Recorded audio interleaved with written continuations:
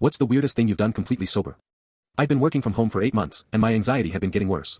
My therapist kept telling me to find healthy coping mechanisms, but I'd been ignoring her advice. Last Tuesday night, I couldn't sleep again, the third night in a row. I was lying in bed, scrolling through organization TikToks, when I suddenly sat up and stared at my pantry door. Something about the chaos behind that door felt like it was suffocating me. At 2:15 a.m., I opened my pantry and had what I can only describe as a breakdown. Expired canned goods from 2019 were sitting next to brand new pasta boxes. My spices were a disaster, oregano next to cinnamon next to protein powder. I started hyperventilating and called my sister, sobbing about how I couldn't live like this anymore. She thought someone had broken into my house. That's when the obsession kicked in.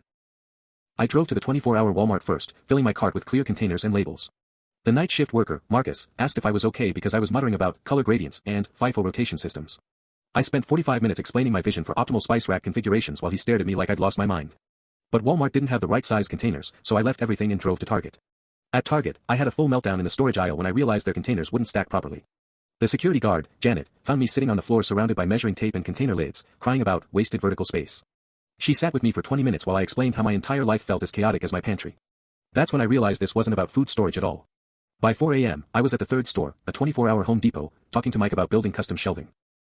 But mid-conversation, I stopped and said, I think I'm having a nervous breakdown. Mike, this 60-year-old guy who'd probably seen everything, just nodded and said, yeah, honey, the pantry's not the problem. He helped me load pre-made shelving into my car and told me to call my therapist in the morning. I spent the next 6 hours organizing my pantry by color and expiration date, and it was the most therapeutic thing I'd ever done.